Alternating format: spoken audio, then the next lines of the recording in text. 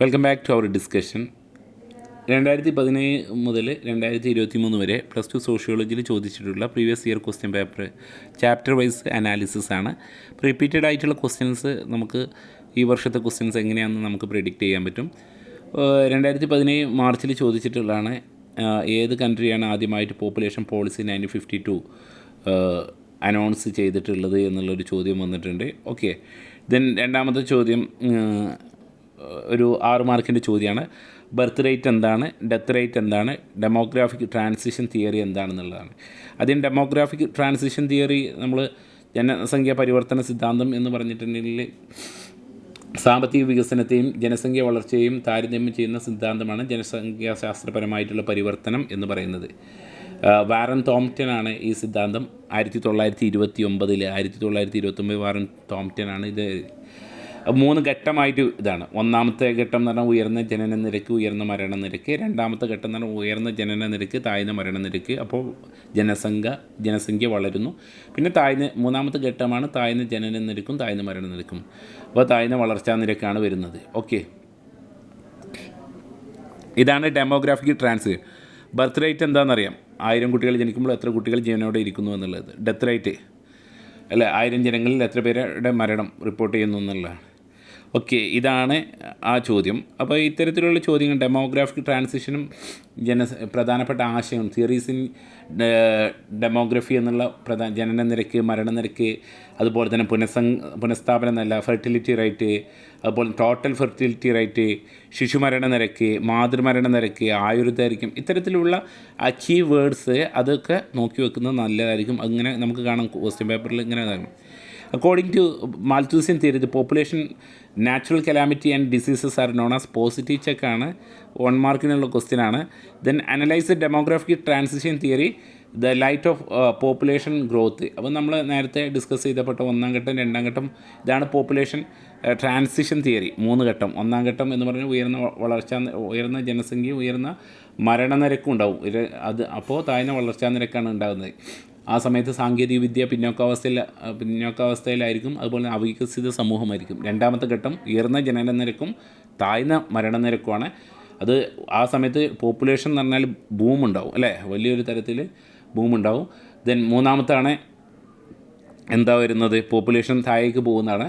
അതായത് താഴ്ന്ന വളർച്ചാ നിരക്കാണ്, താഴ്ന്ന ജനന നിരക്കും താഴ്ന്ന മരണനിരക്കും. വികസിത സാങ്കേതിക സമൂഹത്തിൽ അങ്ങനെയാണ് ഉണ്ടാകുന്നത് എന്നുള്ളത്. ദെൻ അടുത്ത് explain the relating structure of population with dependency ratio demographic dividend.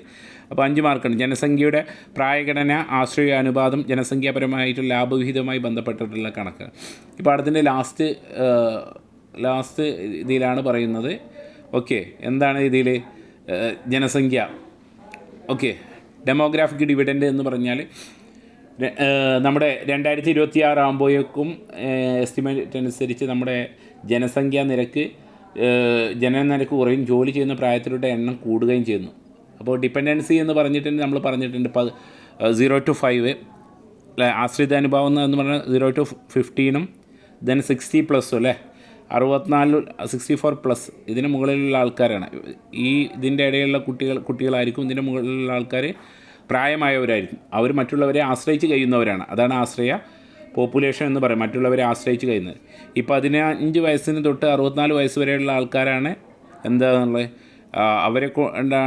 അവരാണ് എന്ത് ചെയ്യുന്നത്, ആക്റ്റീവായിട്ടുള്ള പോപ്പുലേഷനായിട്ട് അറിയപ്പെടുന്നത്. ഓക്കെ, ഇതൊക്കെ നിങ്ങൾക്ക് അറിയുന്ന കാര്യം തന്നെയാണ്. ആ കാര്യങ്ങൾ നോക്കുക. ഇനി 1 മാർക്ക് ക്വസ്റ്റ്യനാണ്. ഓക്കെ, താഴെ പറയുന്ന പോലെ ഇന്ത്യയിൽ ശിശു ലിംഗാനുപാതം കുറയുന്നതിന് കാരണമാവുന്നതെന്നാണ്. ശിശു ലിംഗാനുപാതം കുറയുന്നതിന് കാരണമാകാത്തത് ഏതാണ്? ശിശു ലിംഗാനുപാതം, ചോദ്യം ശ്രദ്ധിക്കണം. അതായത് ലിംഗാനുപാതം കുറയുന്നതിന് കാരണമാകാത്തത് ഏതാണെന്നാണ് ചോദിച്ചത്. അപ്പോൾ കുറയുന്നത് കാരണമാണ് എന്ത്? ശിശുഹത്യ, പെൺകുട്ടികളോടുള്ള കഠിന അവഗണന, ഭ്രൂണഹത്യ, ഇതെല്ലാം ലിംഗ അനുപാതം അല്ലേ, ശിശു ലിംഗാനുപാതം കുറയുന്നതിന് കാരണമായിട്ടുള്ള കാര്യങ്ങളാണ് ശിശുഹത്യ, അവഗണന, അതുപോലെ തന്നെ ഭ്രൂണഹത്യ. ഇതിലുള്ള ഇതിന് കാരണമാകാത്തത് എന്നുള്ളതാണ്. ഇതാണ് ഇതിൽ ഡി ആണ് ആൻസർ. ജനന സമയത്ത് ആൺകുട്ടികൾ പെൺകുട്ടികളെക്കാൾ ആരോഗ്യമുള്ളതായതുകൊണ്ട്.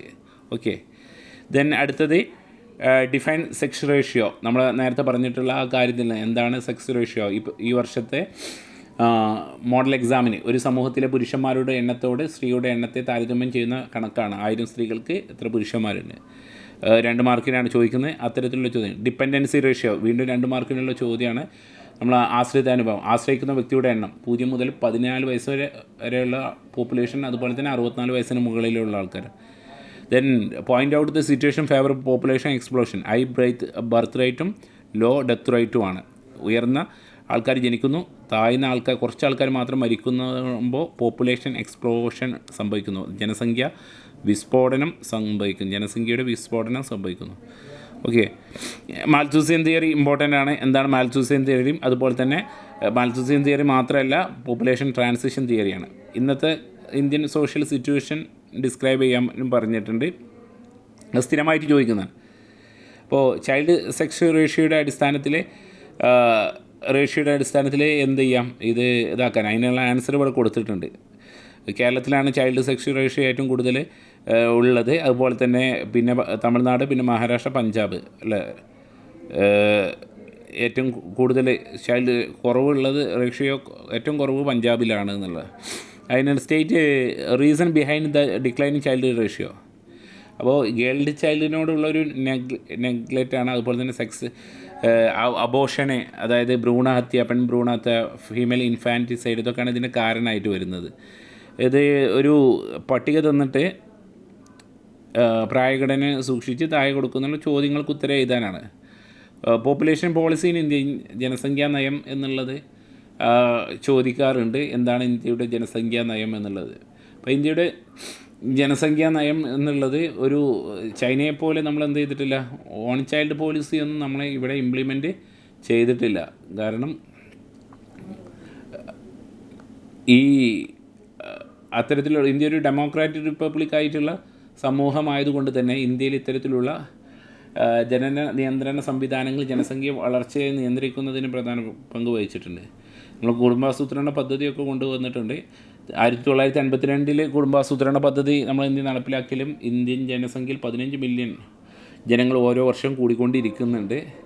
ആ കാര്യങ്ങളൊക്കെ ജനനനിരക്ക് കുറക്കുന്നത് കുടുംബാസൂത്രണ പദ്ധതിയുടെ പ്രധാന ലക്ഷ്യം.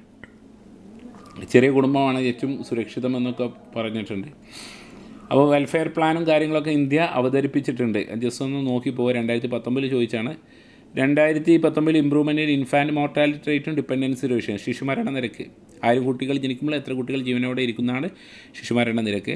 ആശ്രിത അനുപാതം എന്ന് പറഞ്ഞിട്ടുണ്ടെങ്കിൽ നമ്മൾ നേരത്തെ പറഞ്ഞു 0 to 15 64+. 2020 മാർച്ചിൽ വീണ്ടും ചോദ്യം മാൽത്തൂസിയൻ തിയറിയാണ് വന്നിട്ടുള്ളത്. Then reason declining sex ratio. ഇന്ത്യയിൽ സെക്സ് റേഷ്യോ കുറയാൻ പെൺഭ്രൂണഹത്യ, പെൺകുട്ടികളോടുള്ള അവഗണന, ഇതൊക്കെ തന്നെയാണ് അതിന് ആൻസറായിട്ട് എഴുതാനുള്ളത്. ചോദ്യം എത്ര മാർക്കിനാണ് അതിനനുസരിച്ച് എക്സ്പാൻഡ് ചെയ്ത്. പിന്നെ explain birth rate, death rate, fertility rate, ഇത് വീണ്ടും ചോദിച്ചിട്ടുണ്ട്. ഡെമോഗ്രാഫിക് ട്രാൻസിഷൻ തിയറി ചോദിച്ചിട്ടുണ്ട്. 8 മാർക്കിനാണ് ചോദിച്ചിട്ടുള്ളത്. അപ്പോൾ എസ് എയിൽ കണ്ടുവരുന്നത് ഡെമോഗ്രാഫിക് ട്രാൻസിഷൻ തിയറി എന്നുള്ളത് മാത്രമായിട്ട് എഴുതാണ്ടാവും. അപ്പോൾ ആ 3 ഘട്ടവും അത് വിശദീകരിച്ച് ചെയ്താണ്. ചിലപ്പോൾ എസ് എ ക്വസ്റ്റ്യൻസ് സാധാരണഗതിയിൽ കാണാറുള്ളത് മാൽത്തൂസിയൻ തിയറിയും ഡെമോഗ്രാഫിക് ട്രാൻസിഷൻ തിയറി, ഇത് രണ്ടും കൂടി ചുരുക്കി എഴുതാൻ 8 മാർക്കിന് ചോദിക്കാറുണ്ട്. പിന്നെ the rate of death babies before the age of 1 per 1000 leaves. ഇതിനെ അറിയപ്പെടുന്നത് ഇൻഫാൻറ്റ് മോർട്ടാലിറ്റി റേറ്റ് ആണ്. ജീവനോടെ ജനിക്കുന്ന ഓരോ 1000 കുട്ടികളിൽ 1 വർഷം പ്രായമാകുന്നതിനിടെ മരിക്കുന്ന കുട്ടിയുടെ അനുപാതത്തെ എന്താണ് പറയുന്നത് എന്നുള്ളത്. 2021 മാർച്ചിൽ പ്രിവെൻറ്റേറ്റീവ് ചെക്ക് എന്തൊക്കെയാണ് എന്ന് പറയുന്നുണ്ട്. അത് മാൽത്തൂസിയൻ തിയറിയിൽ ജനസംഖ്യ നിയന്ത്രിക്കുന്നതിന് വേണ്ടിയിട്ടുള്ള പ്രിവെൻറ്റേറ്റീവ് ചെക്സ് എന്തൊക്കെയാണെന്ന് ചോദിക്കും. പോസിറ്റീവ് ചെക്സും അതുപോലെ തന്നെ പ്രിവെൻറ്റേറ്റീവ് ചെക്സും ആണ് പറയുന്നത്. പ്രിവെൻറ്റേറ്റീവ് ചെക്സിൽ പറയുന്നത് വിവാഹം വൈകിപ്പിക്കുക, ബ്രഹ്മചാര്യം അനുഷ്ഠിക്കുക, ജനന നിയന്ത്രണ മാർഗങ്ങൾ സ്വീകരിക്കുക, ഇതൊക്കെയാണ് പ്രിവെൻറ്റേറ്റീവ് ചെക്ക് ആയിട്ട് പറയുന്നത്. പോസിറ്റീവ് ചെക്കുകൾ പറയുന്നത് വെള്ളപ്പൊക്കം, ഭൂകമ്പം, ഇതുമൂലം ജനങ്ങൾ മരണപ്പെടുന്ന ജനസംഖ്യയിൽ കുറവുന്നതിനാണ് നമ്മൾ പോസിറ്റീവ് ചെക്ക് എന്ന് പറയുന്നത്. 2021 ഇംപ്രൂവ്മെൻറ്റിൽ the difference between birth rate and death rate is called rate of natural increases എന്നുള്ളതാണ് പറയുന്നത്. സെക്സ് റേഷ്യോ വീണ്ടും ചോദിച്ചിട്ടുണ്ട്, വീണ്ടും റിപ്പീറ്റ് ചെയ്യുന്നതാണ് അത്തരത്തിലുള്ളത്. അപ്പോൾ ഇത് കംപ്ലീറ്റ് ചെയ്യാൻ പറഞ്ഞിട്ടുണ്ട്. സ്റ്റേജ് 1 ഡെത്ത് റേറ്റ് ഹൈ ആയിരിക്കും, ബർത്ത് റേറ്റ് ഹൈ ആയിരിക്കും, ഡെത്ത് റേറ്റ് ഹൈ ആയിരിക്കും. അത് രണ്ടും ഹൈ ആയതുകൊണ്ട് തന്നെ പോപ്പുലേഷൻ ലോ ഗ്രോത്ത് ആയിരിക്കും. ഡെത്ത് റേറ്റ് ഹൈ ആണ്. ഓക്കെ, രണ്ടാമത്തെ സ്റ്റേജിൽ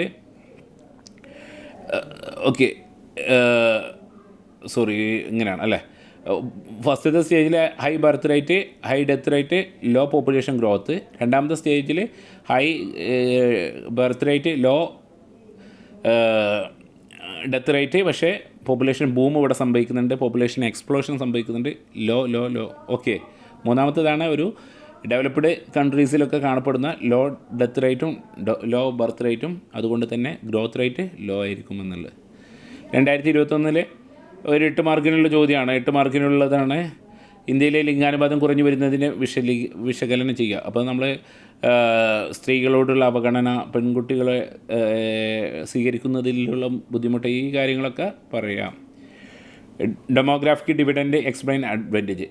ഓക്കെ, ഇത് നേരത്തെ നമ്മൾ ഡിസ്കസ് ചെയ്തതാണ്. 4 മാർക്കിനാണ് ചോദിച്ചിട്ടുള്ളത്. ജനസംഖ്യയെക്കുറിച്ചുള്ള പ്രബന്ധം 1790 ജനസംഖ്യയെക്കുറിച്ചുള്ള മാൽത്തൂസിൻ്റെ പ്രബന്ധമാണ് അല്ലേ.